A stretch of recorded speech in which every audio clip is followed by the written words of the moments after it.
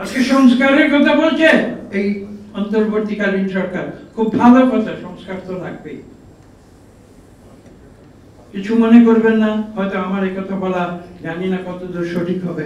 আমি স্পষ্ট ভাষায় আমি ফ্র্যাঙ্কলি এই কথা বলে দিই যে যতক্ষণ পর্যন্ত না আমরা নিজেরা নিজেদের সংস্কার না করি, তাহলে এই সরকার যত 10টি 20টি সংস্কার কমিশন করুক না কেন, যত সংস্কার করুক না কেন, কোন সংস্কারে কোনো লাভ হবে না। যে আজকে রাজনীতির যে চ্যালেঞ্জ, সেই চ্যালেঞ্জ আমি বিশ্বাস করি সেটা হচ্ছে আজকে আমাদের নিজেদের প্রত্যেকের নিজেকে সংস্কার। আমাকে সত্য কথা বলতে হবে, মানুষকে ধোঁকাবাজি দেওয়ার থেকে নিজেকে বিরত রাখতে হবে, আমাদের ক্ষমতার লোভ থেকে বিরত থাকতে হবে, আমাদের রাজনৈতিক অভিলাষ থেকে বিরত থাকতে হবে, এবং আমাদের যে কথা আমরা বলি যে আমাদের জনগণের সেবক হয়ে রাজনীতি করতে হবে।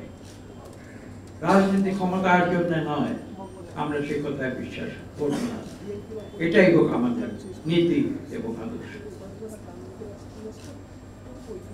এ প্রসঙ্গে আরো কিছু কথা আছে। আজকের যে প্রেক্ষিত, ঐক্য, গতকালের যে ঘটনা বাংলাদেশে ঘটেছে তার রেফারেন্স আজকে পত্রিকা আপনারা দেখেছেন, আমাদের এখানে বক্তারা রেখেছেন।